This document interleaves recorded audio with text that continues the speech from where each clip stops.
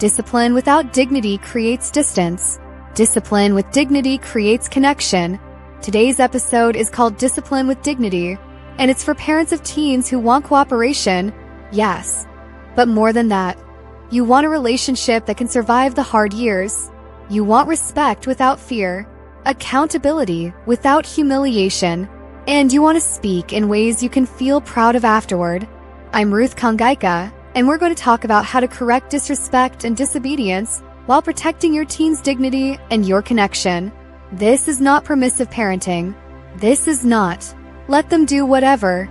This is discipline that teaches, not discipline that wounds. We have a special guest joining us today. Introducing Ada Bushman.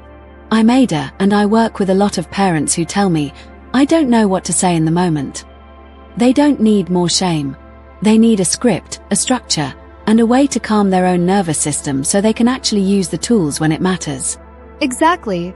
Because the moment is the problem, isn't it? When you're tired, when you've repeated yourself, when you feel dismissed. So here's where we'll go today. First, why how we talk matters so much to teens. Second, what emotional intelligence adds to discipline. Third, practical phrases you can use. Words that hold the line without breaking the bond.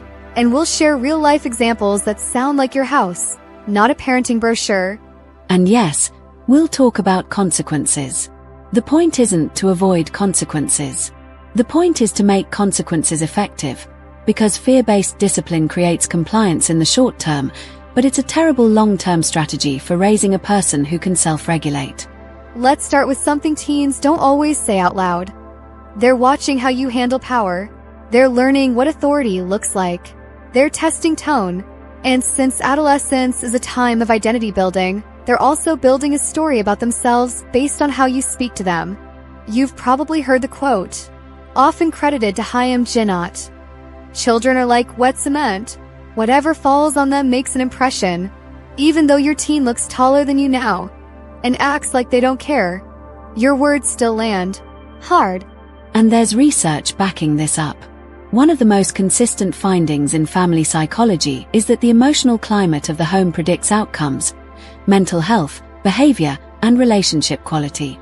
If your teen primarily experiences correction as contempt, sarcasm, or character attacks, they may comply sometimes, but they often develop one of two responses: they shut down or they fight back. John Gottman, who's known for relationship research, identified contempt as one of the most destructive communication patterns.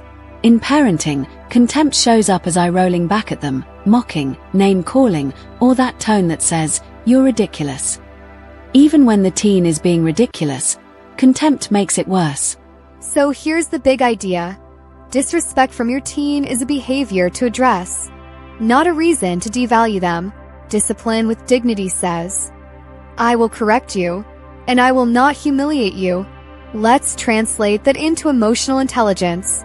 Emotional intelligence isn't just talk about feelings. It's the ability to notice emotions, name them, regulate them, and choose a response. For parents, that means you learn to spot your own trigger before your mouth goes into automatic mode. A lot of parents insist, I'm not triggered, I'm disrespected. And sure, you are. But if your heart is pounding, your shoulders are tight, and you're mentally writing your teen's eviction notice, your body is in threat mode. In that state, your brain is not optimized for teaching. It's optimized for dominating.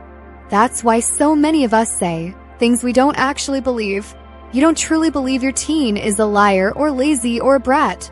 But in the heat of the moment, the brain grabs labels because labels feel powerful. Labels feel final. But labels don't teach skills. And teens, developmentally, are already extra sensitive to social evaluation. Their brains are highly tuned to status, humiliation, and fairness. So if correction feels like a public takedown, even in your living room, it's going to spark defensiveness. Here's a helpful reframe. When your teen is rude, what you're often seeing is a skills problem, a stress problem, or a values conflict. It might still deserve a consequence, but it also deserves curiosity. Not the fake kind, the kind that says, something is going on, and I'm the adult who can handle it. Let's make this tangible. We're going to unpack 3 common moments: the eye roll and attitude, the refusal to comply, and the broken agreement, like missing curfew or lying about where they were. Scenario 1, the eye roll.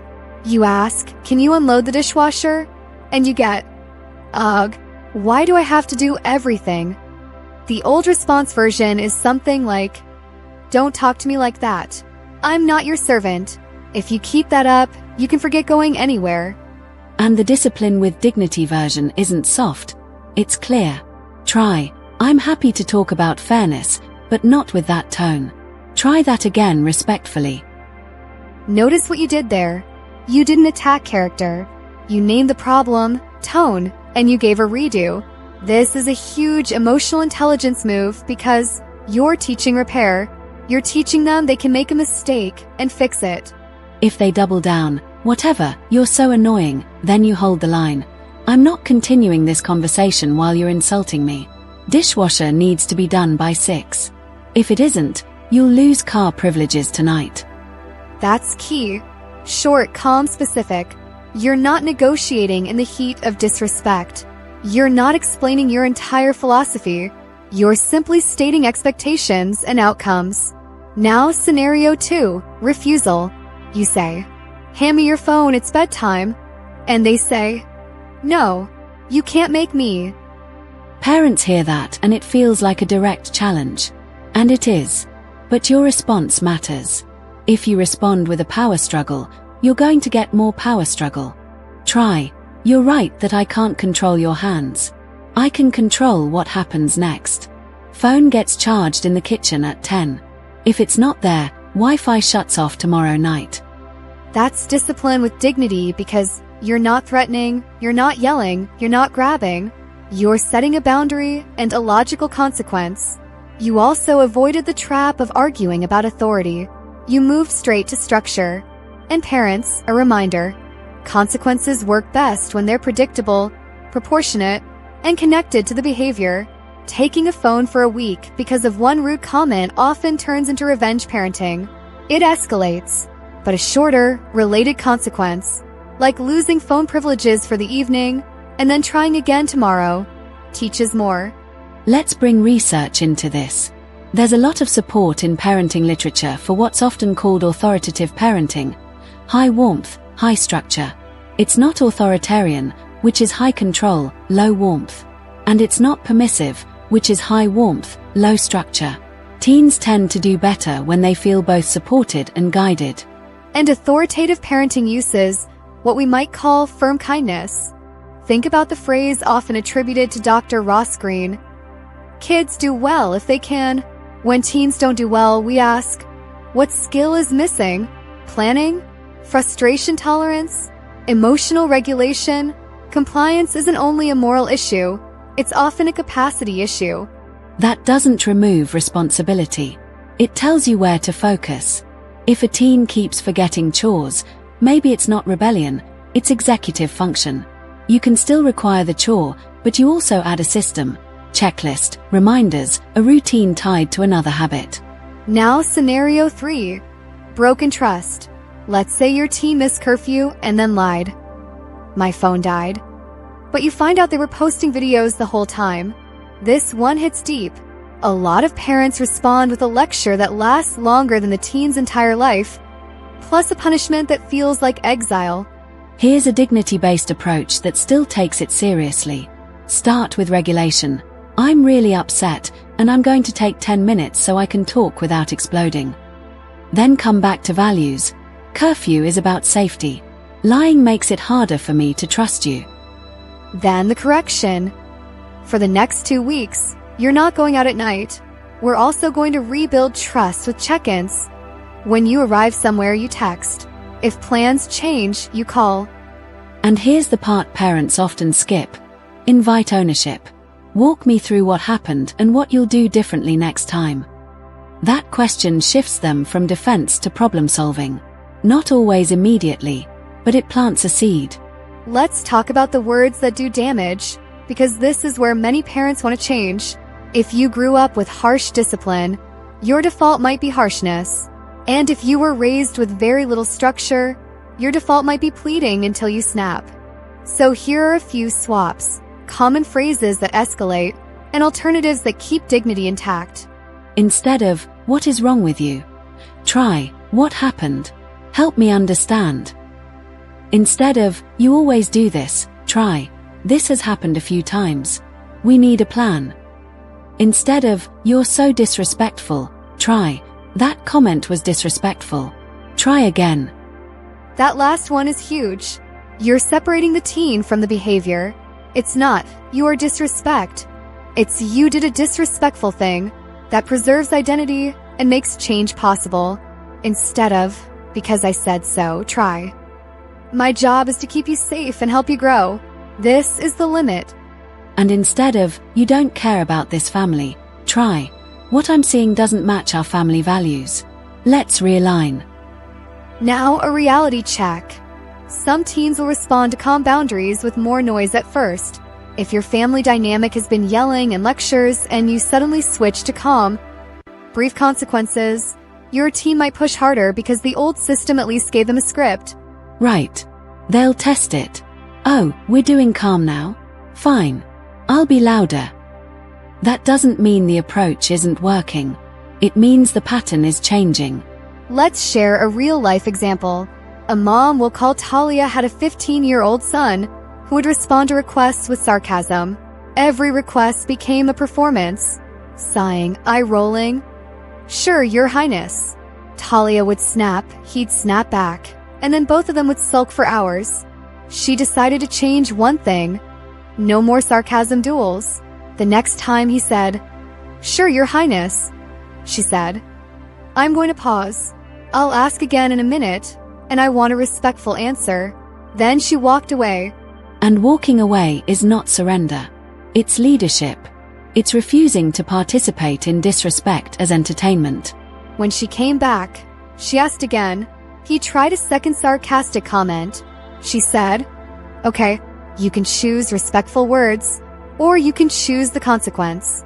Chore by 6 either way." It took a couple weeks, but she stopped feeding the cycle, and she told us something powerful. "When I stopped insulting back, I realized how much I was doing it to get my own feelings out. That's emotional intelligence, owning your part without taking blame for theirs." Here's another example from a dad named Marcus. His 17-year-old daughter would ignore texts and come home late. Marcus had tried grounding, yelling, long speeches. Nothing stuck. So he changed the structure. He said, "I'm not okay with guessing where you are. If you don't check in, you lose access to the car for 48 hours. Not as punishment, because the car is tied to responsibility." Then he followed through once, calmly, no lecture, 2 days, and after that, he added a repair conversation. "I love you. I'm not trying to control you. I'm trying to build trust so you can have more freedom." And the behavior improved, not perfectly, but noticeably. Why? Because the consequence was immediate, consistent, and connected. And because he didn't attach it to her character. Let's talk about the emotional part for parents, the part nobody sees. When teens are disrespectful, it can hit old wounds. You might hear your own childhood. You might feel invisible. You might feel like you're failing. So here's a quick tool you can use in the moment. Ask yourself, what do I want them to learn from this? Not, how do I make them stop right now? But what's the lesson? Respectful communication, responsibility, repair. If that's the goal, your tone has to match the lesson. We also want to challenge a common belief that harshness creates respect. It often creates fear. Real respect grows when teens experience you as fair, consistent, and emotionally steady. And steady doesn't mean passive. It means you can hold boundaries without losing yourself. You can say no without a speech. You can enforce limits without insults. Let's get even more practical.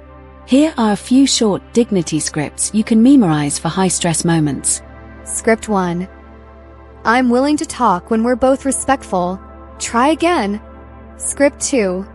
You can be mad. You can't be mean. Script 3. I hear you, and the answer is still no. Script 4. I'm going to take a break so I don't say something hurtful. We'll talk at 7. And script 5, for after a blow-up, I didn't handle that well. I'm sorry for yelling. You still need to do your part, and we'll figure out how to do this better. That apology is not weakness. It's modeling, and it's one of the most powerful dignity tools you have. Teens can smell hypocrisy from across the street. When you own your misstep without erasing theirs, you teach integrity. Now, let's be clear. If there's ongoing aggression, threats, or safety concerns, this episode isn't a substitute for professional support. Some families need therapy, coaching, or additional resources. Discipline with dignity includes asking for help when things are escalating beyond normal teen conflict.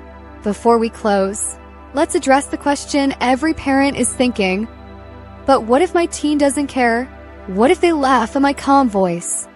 Then you lean on consistency, not intensity. You don't need them to care in the moment. You need the system to be real. Calm follow-through is what makes boundaries credible. And you keep investing in connection outside of correction. If most of your interactions are reminders, critiques, and consequences, your teen starts to experience you as an enforcer, not a safe person. So build deposits, a short car chat without an agenda, watching an episode of a show, asking their opinion about something that matters, noticing effort. I saw you got up on time. That was responsible, not flattery, data. One more quote to leave you with, from Dr. Daniel Siegel: connection is the foundation of effective discipline. The point isn't to be your teen's best friend. The point is, when there's connection, they can receive correction. So if you're taking one thing from this episode, let it be this. You can be firm and kind at the same time. You can require respect without using disrespect. You can enforce rules without crushing the relationship. And next time you feel that surge, when the attitude shows up, try one small change. One calmer sentence. One boundary with fewer words. One consequence you actually follow through on. That's how families shift. Your teen is not waiting for a perfect parent. They're waiting for a steady one. A parent who can lead without belittling. A parent who can say, "This behavior isn't okay," while still communicating, "You are loved and you belong here." That's discipline with dignity. And if you want to practice, start simple. Pick one trigger this week: backtalk, curfew, chores, and write your dignity script in your notes app. Then use it once, not 10 times. Once. Build from there. Thanks for spending this time with us. If this helped, share it with a parent who's in the thick of the teen years. And keep going. This work matters.